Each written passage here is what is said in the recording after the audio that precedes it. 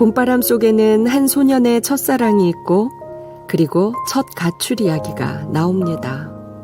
13살짜리 소년의 맑은 꿈과 동경이 있습니다. 인생의 비밀을 엿보고 싶고요. 인간으로서 경험해야 할 것들을 조금 일찍 경험하고 싶어하는 호기심도 배짱도 서정적인 아름다움도 있습니다. 이 책을 읽고 나면 어른들은 유년 시절에 나를 만날 수 있고요. 또 청소년들과 어린이들은 신기한 미래의 세계를 그리고 내가 어른이 되어서 만날 세계를 미리 엿보는 그런 설레는 기분을 맛볼 수 있을 것 같습니다. 그럼 박상률의 봄바람 지금 시작합니다.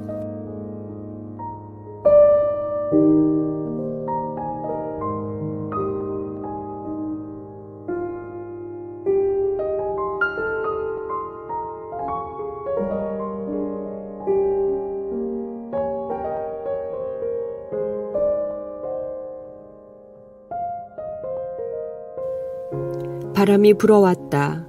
봄바람이다. 해마다 이맘때쯤이면 바다 건너 봄바람이 불어온다.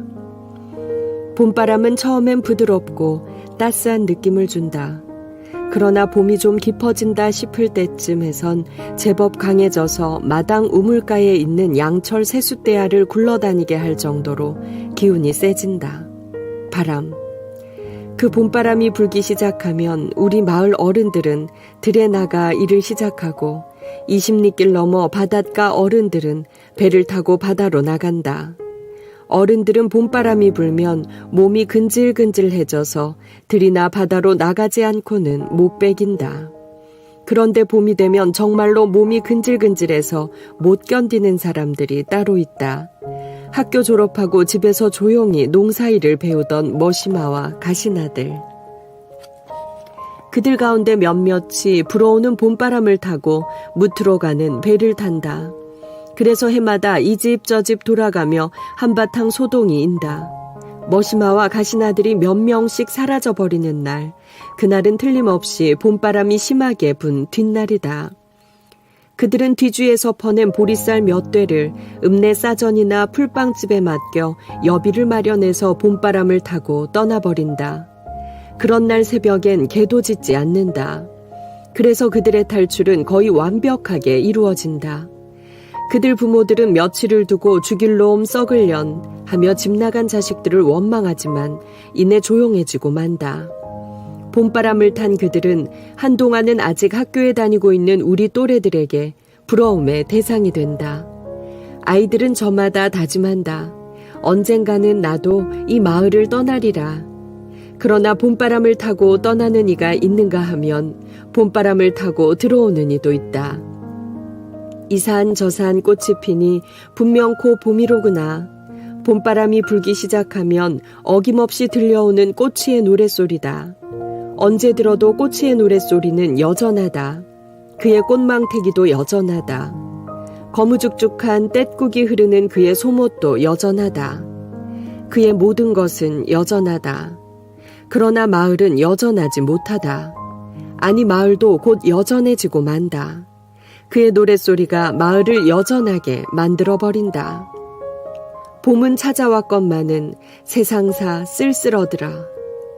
꼬치의 노래는 묘한 마력 같은 것을 지니고 있다. 말은 한마디도 하지 않는 그러나 그의 노래는 듣기에 따라 100마디 말보다 더 큰 의미로 들려온다. 어차피 쓸쓸한 세상사. 어쩌면 꼬치는 소리꾼이었는지도 모른다. 아니면 가수였는지도. 아니다. 꼬치는 지금도 소리꾼이다. 아니, 꼬치는 지금도 가수다. 소리꾼이 아니고선, 가수가 아니고선 노래로 말을 대신하진 않을 것이다. 한평천지 늙은 몸이 광주 고향을 보랴 하고 제주어선 빌려 타고 해남을 건너올지. 꼬치의 노랫소리가 점점 가까워지자 마을 어귀에 모여 놀던 아이들이 하나둘 흩어지기 시작했다. 나도 동생 손을 잡고 재빠르게 집 안으로 뛰어들어갔다. 어른들은 아이들에게 겁을 주면서 늘 이렇게 말하곤 했다. 야 이놈들아, 꼬치 연티 잡힘은 니들 고추는 뿌리채 다 뽑혀버려. 그랑께 꼬치가 보임은 싸게 도망가야 한다. 알겠냐? 꼬치를 보는 순간 아이들은 자기도 모르게 어른들의 말을 떠올린다. 그래서 그가 나타나기만 하면 도망가기에 바쁘다. 나는 얼른 살인문을 닫고 부엌으로 뛰어든 다음 부엌문 뒤에 숨었다. 그가 다가오기 전에 재빠르게 숨기는 했지만 그가 우리 집으로 들어오지나 않을까 해서 마음이 조마조마했다. 어른들은 특히 집안에 어른이 없을 땐 그가 먹을 것을 달라고 해도 주면 안 된다고 아이들에게 단단히 일렀다. 동냥을 핑계로 아이들에게 어떤 해코지를 할지 모르기 때문이었다. 동생은 덜덜 떨며 자꾸 나를 쳐다보았다. 나 역시 겁이 꽤나 났지만 그렇다고 동생 앞에서 그런 내색을 할 순 없었다. 그래서 문틈으로 바깥을 계속 내다보고만 있었다. 한참을 그러고 있었지만 그는 나타나지 않았다. 그러는 사이 마을에 나가 있던 누렁이가 돌아와 부엌문을 닫고 숨어있는 우리가 이상한지 자꾸 문짝을 긁어댔다. 나는 더 이상 그러고 있을 필요가 없을 것 같아 부엌문을 살짝 열었다. 살인문 너머에서도 아무런 인기척이 없었다. 나는 동생 손을 잡고 마당으로 나왔다. 마당엔 봄볕이 눈부시게 쏟아져 내리고 있었다. 아이들 노는 소리가 들리는 성 싶어 밖으로 나갔다. 꼬치는 그새 마을을 한 바퀴 다 돌아보았는지 고갯마루에 올라가 있었다. 어쩌면 마을로 들어오다 말고 고갯마루로 되돌아갔는지도 모를 일이다. 사실 그는 어른들이 집에 없으면 마을에 잘 들어오지 않는다. 우리는 그가 좀 무섭기는 했지만 다시 흩어지지는 않았다. 다시 꼬치의 노랫소리가 들려왔다. 그러나 아까처럼 큰 소리로 부르지 않고 나지막한 목소리로 흥얼거렸기 때문에 무슨 노래를 부르는지는 알 수 없었다. 어른들은 아이들에게 꼬치가 무서운 사람이라고 말하면서도 그의 노랫소리는 제법 들을만하다며 칭찬을 아끼지 않았다. 저 꼬치란 인간이 하고 다니는 꼬락서니는 숭에도 노래 하나는 솔찬히 괜찮단 말이지. 어디서 배웠는지 판소리 가락이 자연스러운 창에서부터 흘러간 유행가까지 쉼없이 불러댔는데 어른들의 말을 빌리자면 부르는 노래마다 막 배운 노래가 아니라 제대로 계통을 찾아 배운 노래라는 것이었다. 그런데 알 수 없는 일은 꼬치가 노래는 잘하면서도 말은 전혀 하지 않는다는 점이었다. 마을 어른들도 그가 말하는 것을 한 번도 본 적이 없다고 했다. 어째 그럴까? 노래는 저렇고럼 잘함시로 말은 뭣땜시 안 할까? 근데 앞만 봐도 말을 할 줄 몰라서 안 하는 게 아니여. 필시 무슨 곡절이 있는갑서. 어쩌면 꼬치는 말하는 걸 잊어버렸는지 모른다. 하지만 말을 잊었다면 노래는 어떻게 하겠는가? 어른들 말 맞다나 노래를 잘하는 걸 보면 말도 못하는 게 아닐 것이다. 그렇다면 무슨 사연이 있긴 있는 모양이었다. 꼬치는 밥을 얻어먹을 때에도 결코 말하는 법이 없었다. 아낙네들은 그가 자기 집에 나타나면 물어보지도 않고 무조건 그가 들고 있는 양재기에 밥을 퍼주기만 하면 된다. 그러면 그는 좋다 싫다 말 한마디 없이 말은커녕 헛 인사로라도 눈 깜빡거림 한 번 없이 밥이든 양재기를 들고 행랑채의 대돌 위에 앉거나 헛간에 들어가 우적우적 밥을 씹어 넘겼다. 숟가락도 없고 곁들여 먹을 반찬거리 하나 없이 그는 아무 표정 없이 맨밥을 씹어 넘기기만 했다. 그는 오직 먹어치워야 한다는 의무감만으로 밥을 먹는 것 같았다. 결코 밥을 맛으로 먹지 않는 것이다. 꼬치는 사시사철 망태기를 지고 다닌다. 밥을 먹을 때는 물론 잠을 잘 때도 결코 그 망태기를 벗어놓는 법이 없다. 아마 목욕을 할 때는 망태기를 벗어놓을지도 모른다. 그러나 그가 목욕하는 걸 본 사람은 우리 마을에선 아무도 없다. 꼬치가 지고 다니는 망태기 속에 뭐가 들어있는지는 모르겠지만 망태기 위엔 언제나 그 계절에 피는 꽃이 꽂혀 있다. 그래서 사람들은 그를 꽃동냥치라고 불렀다. 그러다가 언제부턴가 꽃동냥치를 줄여 부르기 시작해서 지금은 꽃이라고 부른다.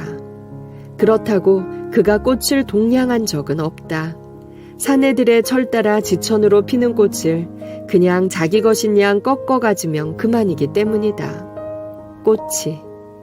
그는 늘 꽃이 꽂힌 망태기와 함께 거무죽죽한 속옷을 입고 나타난다. 여름, 겨울 가릴 것 없이 그는 두툼한 속옷만을 고집했다. 물론 그 속옷을 빨아입는 걸 본 사람도 없다. 그러니 그에게선 쇠똥 썩는 듯한 냄새가 떠날 날이 없었다. 그래서 어른들은 조금 과장된 말이긴 하지만 바람결에 쇠똥 썩는 냄새가 묻어오면 그 냄새의 강하고 약함에 따라 꼬치가 지금 어디쯤 오고 있는지를 알 수 있다고 했다. 그렇다면 그는 냄새를 풍기는 사람이다. 그러나 냄새는 그만이 풍기는 게 아니다. 사람은 누구나 자신만의 냄새를 풍긴다. 할머니는 언젠가 할아버지가 벗어놓은 삼배적삼을 빨랫대야에 담으면서 이런 말을 한 적이 있다. 사람에게선 그 사람에 맞는 냄새가 나는 법이요. 그렇다면 꼬치의 냄새는 분명 쇠똥 썩는 냄새일 것이요.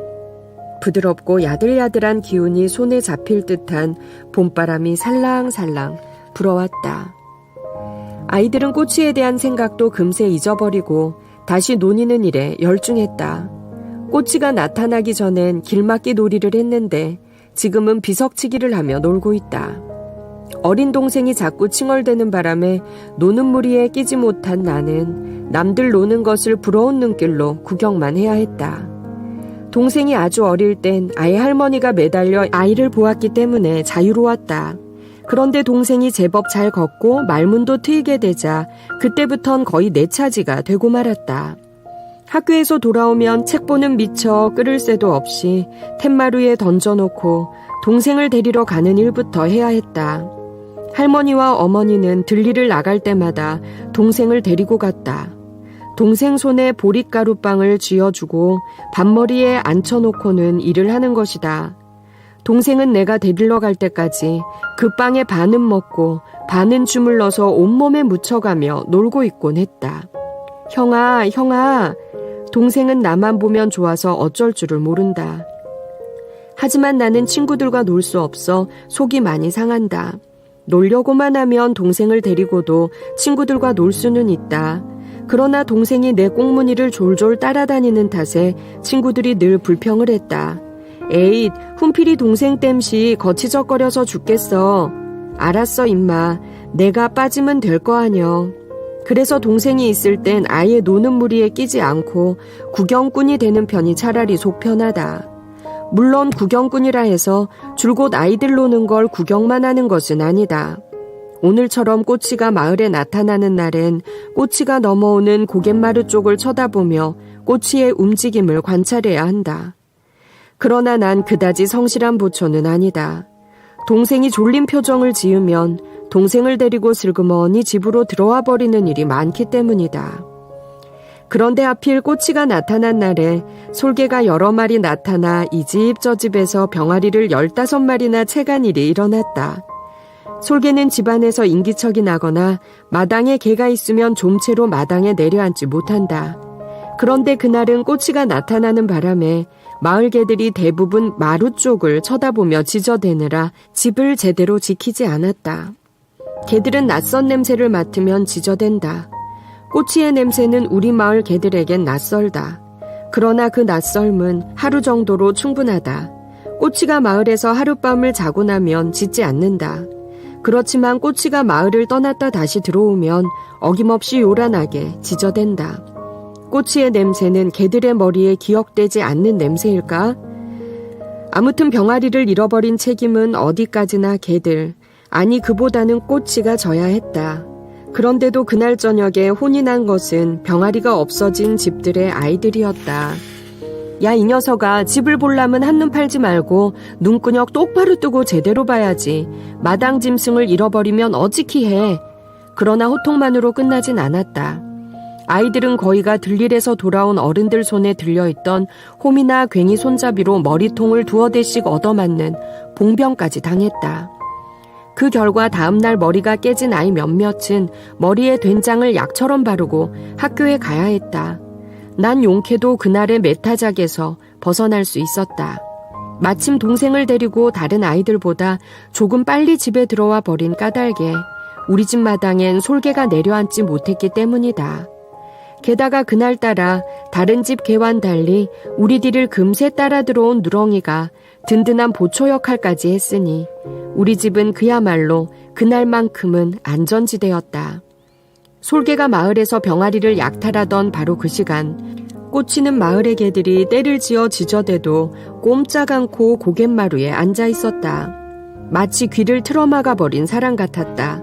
어찌 귀보다 먼저 사람의 마음을 틀어막아 버렸는지도 모른다. 아이들을 혼낸 어른들은 이번에도 꼬치에 대해선 아무런 이야기도 하지 않았다. 뭐 땜시 우리만 홍군형 나야 하는 거요.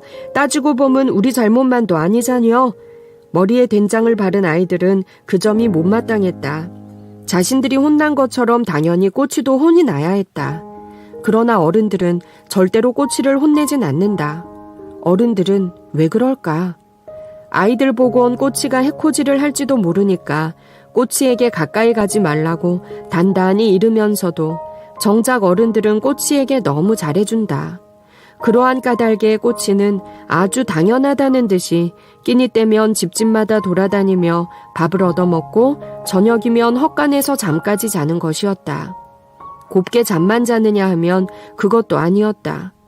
꼬치는 밤늦도록 부직갱이 같은 막대기를 두드리며 청승맞은 노래를 풀어댔다. 꼬치가 자고 가는 집의 아이들은 밤에 오줌이 마려워도 밖에 나가지 못하고 참아야 한다. 꼬치의 밤노래를 들으면 마치 귀신 울음소리처럼 들리기 때문이었다. 으이구, 저 소리만 들으면 으시시여. 귀신 울음소리를 들어본 적은 없지만 아마도 귀신 울음소리는 꼬치가 밤에 부르는 노랫소리 같으리라.